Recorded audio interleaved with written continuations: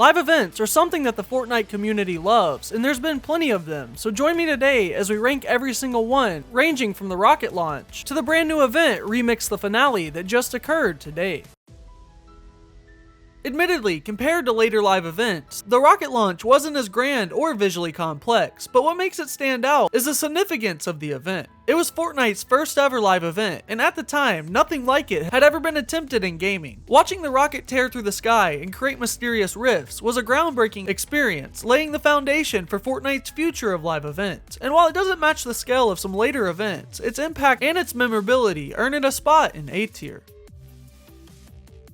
In Chapter 1 Season 5, Kevin the Cube corrupted Loot Lake, eventually creating a floating island to set the stage for the Butterfly event towards the end of Season 6. This event marked an evolution in Fortnite's live event, stepping up both the scale and creativity of the events. For the first time, players were directly involved in the live event, being transported to the in-between. The event's climax, where a Rift Butterfly landed on each player's finger before returning them to the Chapter 1 map, is one of my favorite moments in any live event to this day. So with all that said, I'll have to put the Butterfly event in A tier.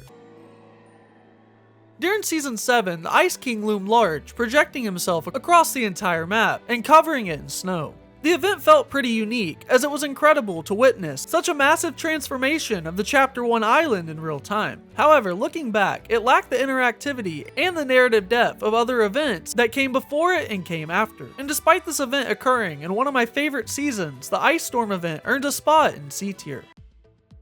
The Showtime Event marked Fortnite's first proper in-game concert, featuring Marshmello performing live at Pleasant Park. It was a groundbreaking moment, not just for Fortnite, but also for the entire gaming industry. And while the visuals were simpler compared to later concerts that we received, the event scale and execution for the time were revolutionary, attracting a massive audience and proving Fortnite's ability to create experiences beyond the traditional gameplay. So with the impact on live events and the innovation, Showtime earns a well-deserved spot in A tier. Now, if you're enjoying today's video, make sure you slap that subscribe button, as only less than 10% of you watching are actually subscribed to the channel. So make sure you join us on the road to 10K, as I have some pretty special announcements to make at 10K, plus my biggest video yet. The Unvaulting Event was a pivotal moment in Fortnite's history. It began with the vault at Loot Lake opening, pulling players into a mysterious dimension where they voted on which vaulted weapon to bring back. But the event didn't end there. As players returned to the island, a massive volcanic eruption shook the map, devastating Tilted Towers, Retail Row, and Polar Peak. Not to mention, the event also gave us our first official glimpse at the Zero Point, which became the core focus of the Fortnite storyline, so we'll throw this event into S tier. After the Unvaulting Event, the monster was revealed to be hiding beneath Polar Peak, setting the stage for an epic confrontation. Throughout Season 9, players watched as Singularity constructed a massive mech to defend the island. And needless to say, the climactic final showdown wasn't a disappointment, delivering one of Fortnite's most cinematic live events of all time, as players witnessed a high-stakes battle between the mech and the monster as they clashed across the entire map, culminating in the mech pulling a sword from Neo Tilted to land a decisive blow. This event is a favorite among the community, and I have to admit, it's one of my favorites as well, landing it in S tier. The end event marked the dramatic conclusion of Fortnite Chapter 1. It began with a rocket launch that triggered a meteor to collide with the Zero Point, leading to a massive explosion. Players watched in awe as the entire island was sucked into a black hole, leaving nothing but darkness. And everyone was talking about it, even those who didn't play the game. Its massive scale, narrative payoff, and bold execution make the end event an easy choice for S tier.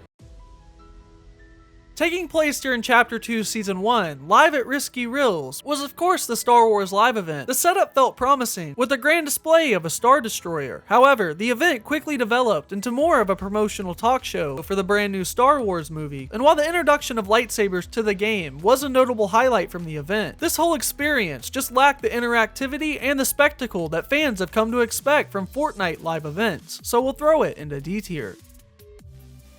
The Astronomical Event was a groundbreaking milestone for Fortnite, setting a new standard for concerts and games. Held at Sweaty Sands, the event captivated millions with its amazing visuals, mind-bending transformations, and just with the scale of the event. From players soaring through cosmic landscapes to the jaw-dropping transitions between each of the songs, it delivered an unforgettable experience that blurred the line between gaming and live entertainment, and there haven't been many live events that have topped it to this day. So for me, it's a no-brainer that the Astronomical Concert goes into S tier.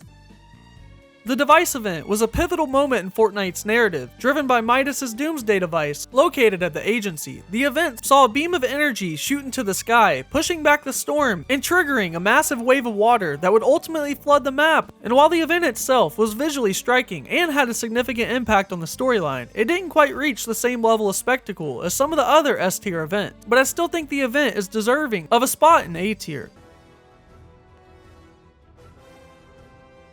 The Devourer of Worlds event was a massive crossover event with Marvel at the end of Season 4, where Galactus, the cosmic villain, was approaching the island to consume the Zero Point. Leading up to the event, players could watch Galactus gradually get closer, building up anticipation. The event itself saw Galactus arrive and unleash chaos, and in the process, Galactus actually gave us a backhand. Iron Man then rallied players to fight back using battle buses, and while I think it would have been even more exciting to fight Galactus using some Marvel powers from the season, the spectacle and the unique involvement of the player base made this a memorable event in my opinion. Its scale and narrative payoff deserve recognition, so I'll place it firmly into A tier.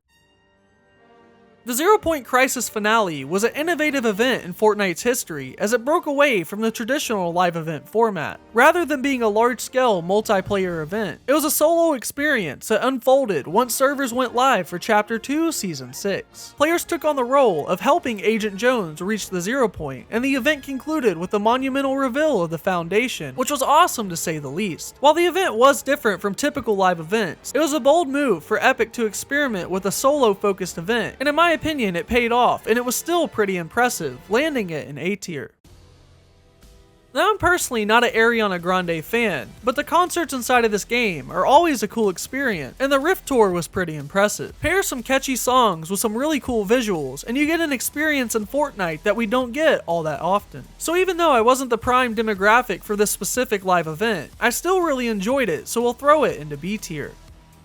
Operation Skyfire really had everything you'd want from a Fortnite live event. We were directly involved in the event, and there were a ton of impressive visuals, and even some pretty cool reveals. The reveal of the return of the cubes was awesome, and it set up the theme for the end of Chapter 2, with the cubes corrupting the island after the event. Now, the event itself is one of my favorites of all time, landing it in S tier. The build-up for the finale of Chapter 2 was executed so well, and it's one of the events that I remember the most by far. From the very start, this event was fantastic, as we fought the last reality as they invaded the island with the Cube Queen, shooting down UFOs and cube monsters as they approached. And after that, the storyline delivered, revealing the rock as the foundation, and of course revealing that there was an entirely different map underneath our current Chapter 2 map, which of course was our map for Chapter 3. And I have to say, this is one of the coolest reveals of all time, and the shot was fantastic. So needless to say, I really enjoyed this event and the implications that it had for Chapter 3 as a whole, so we'll throw it into S tier. Now this was our first and last live event of Chapter 3, and I have to say that it delivered. Driving the mech and being saved by Pilly is one of my favorite sequences in any live event, and not to mention we had a super cool reveal of Darth Vader fighting Obi-Wan Kenobi, which was a huge deal at the time, given that Darth Vader wasn't in the game just yet. I really enjoyed what this event had to offer, and the storyline implications, so we'll throw it into A tier. This event was being sold as the next end event for Fortnite, given that the Herald had corrupted the island in Chrome and the feeling of dread was there. So surely this live event was good, right? Well, we had a trailer show at the beginning of the event, showing the Herald easily being defeated, which was disappointing given the fact that we had zero gameplay of this, and the main villain of the chapter was defeated through a simple cinematic. Afterwards, we were transported to a Creative 1.0 map, where we had to complete a bunch of useless tasks that went on forever, which absolutely blows my mind, and I have no idea why Epic Games greenlit this live event, as it felt like it was made in less than a month. So with all that said, this event goes straight into D tier. Now the Big Bang event was marketed as something that we had never seen, and I guess technically to a point that is true. So needless to say, a lot of the player base were really hoping that this event was special, given that the last live event sucked and there was no live event after that event. The Big Bang event started out with us re-experiencing the end event from Chapter 1. Following that though, we are transported into multiple new realities, standing in as a marketing piece for the upcoming modes for Chapter 5, LEGO, Fortnite Festival, and of course Rocket Racing. And this part of the event was okay, great, and at the time I was pretty excited for all of these new game modes, but after this we just had an Eminem concert, which wasn't terrible by any means, but after that the event just ended. No story tie-up for Chapter 4, just floating in space. I think the event is overblown by a lot of the player base, as it was still pretty impressive from a technical standpoint, but it felt soulless and it felt rushed, and most importantly it felt like a major advertisement for Chapter 5, rather than a satisfying conclusion to our current chapter, landing it in C tier.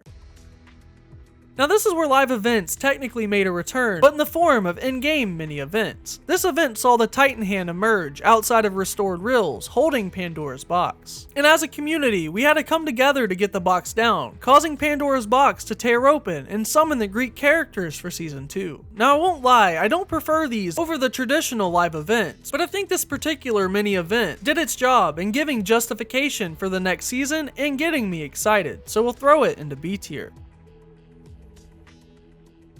This mini-event took place in Season 2 of Chapter 5, where the statue of Mount Olympus basically came to life, sticking his sword in the sky and making the Pandora's Box explode. We watched from the sky as the energy jumped across the water outside of the map, causing a cloud of dust to approach the island leading up to Season 3. Now this is pretty much in the same boat as the event from Season 1, as it was cool seeing the cloud of dust getting closer, teasing our theme for Season 3, so we'll throw it into B tier.